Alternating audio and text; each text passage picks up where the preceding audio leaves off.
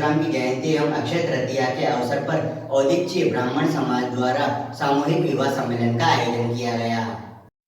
राजराजेश्वर भगवान परशुराम की जयंती एवं अक्षय तृतीया को औदिच्य ब्राह्मण समाज द्वारा सामूहिक विवाह सम्मेलन का आयोजन किया गया। औदिच्य ब्राह्मण समाज द्वारा आयोजित सामूहिक विवाह सम्मेलन में तुलसी विवाह का आयोजन इस विवाह सम्मेलन के आयोजन में आकर्षण का मुख्य केंद्र रहा। तुलसी विवाह में भगवान की बारात की अगवानी को विवाह सम्मेलन समिति एवं समाज जन द्वारा भव्य रूप से बैंड बाजा एवं डीजे की धूम एवं पुष्प वर्षा से स्वागत सत्कार कर अगवानी की गई। विवाह सम्मेलन में मंदसौर, नीमच, रतलाम, झाबुआ एवं राजस्थान से आ रहे जोड़े वर वधू पानी ग्रहण संस्कार के साथ दाम्पत्य जीवन में प्रवेश किया।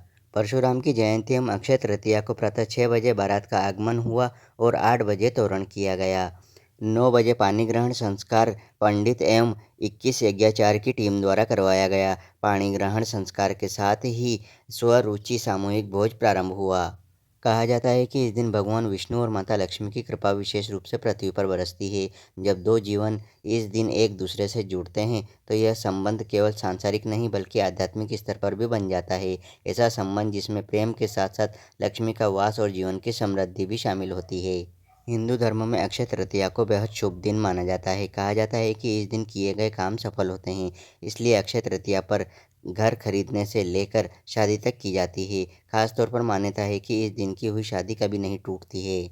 मान्यता है कि अक्षय तृतीया के दिन ही त्रेता युग का आरंभ हुआ था। इस युग में भगवान विष्णु ने कई अवतार लिए थे, इनमें भगवान परशुराम शामिल हैं। इस दिन सभी ग्रह शुभ स्थिति में होते हैं और किसी मुहूर्त की आवश्यकता नहीं होती है, इसलिए इसे अभिजीत मुहूर्त भी कहते हैं। अक्षय तृतीया को विवाह जैसे मांगलिक कार्यों के लिए अत्यंत शुभ माना जाता है। इस दिन कई शादियाँ होती है। अक्षय का अर्थ जो कभी खत्म न होता है। माना जाता है कि इस दिन किया गया कोई भी शुभ कार्य जैसे विवाह, दान, पूजन आदि कभी निष्फल नहीं होता और इसका पुण्य सदैव बना रहता है। इसलिए विवाह जैसे जीवन भर के बंधन के लिए यह दिन श्रेष्ठ माना जाता है। यह दिन भगवान विष्णु और माता लक्ष्मी को समर्पित होता है। इन दोनों से जीवन में धन, सुख, समृद्धि और सौभाग्य आता है। विवाह को स्थिर और संपन्न बनाने के लिए इस दिन शादी करना अत्यंत शुभ माना जाता है।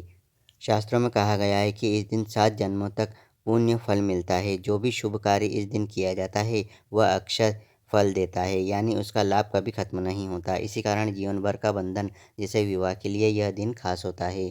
कुबेर को इसी दिन धन के अधिकारी बनाया गया था। इस दिन का संबंध महाभारत से भी है, क्योंकि द्रौपदी को अक्षय पात्र इसी दिन भगवान कृष्ण ने दिया था। इसके अलावा सुदामा ने श्री कृष्ण से भेंट भी अक्षय तृतीया के दिन की थी। इन सभी घटनाओं में भाग्य और समृद्धि का संयोग जुड़ा है, जो विवाह जैसे नए जीवन की शुरुआत के लिए मंगलदायक माना जाता है। कृष्ण नाम लीजिएगा। मम दोहित्र कन्यादान विच्छेदन कर्म महं करिष्ये। भानेज का नाम बोलो, भांजी का। अपनी भानी जी का नाम लेकर हस्त मिलाप का विच्छेदन कर।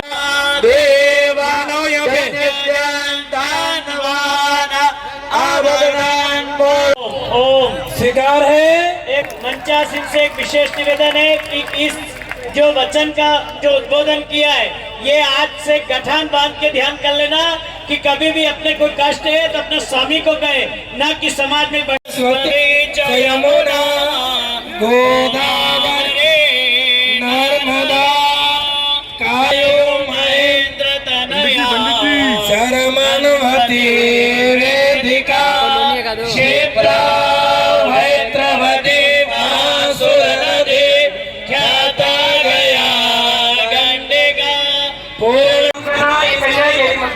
मेरी इज्जत रखना और जूत जुआ सट्टा डांटी दुर्योधन इनसे दूर रहना। पूर्ण दया अनित्य से दूर रहना और सभ्य संस्कृति रहना और सदा मुझ पर प्रेम रखना स्वीकार है। इज्जत के पालन करना स्वीकार है। सेवका वचन कुटुंब पालन पर वामा गाया में तदा स्वधीयम प्रवृत्ति कन्या वचनम द्वितीयम। नाम लिखवा दीजिए। मंच के पास में सामूहिक कल्याण की व्यवस्था है। आज ये भगवान पशुपतिनाथ के जो मेला प्रांगण परिसर में यहाँ पर औदिच्य समाज के द्वारा एक सामूहिक विवाह का आयोजन किया जा रहा है, जिसमें 21 जोड़े, जिसमें भगवान शालिग्राम जी और तुलसा जी के विवाह जोड़े सहित 20 अन्य जोड़े राजस्थान, मध्य प्रदेश और भी समीपवर्ती राज्य और जिले से यहाँ पर एकत्रित हुए हैं। ये सामूहिक विवाह आज अक्षय तृतीया के उपलक्ष्य में आयोजित किया जा रहा है।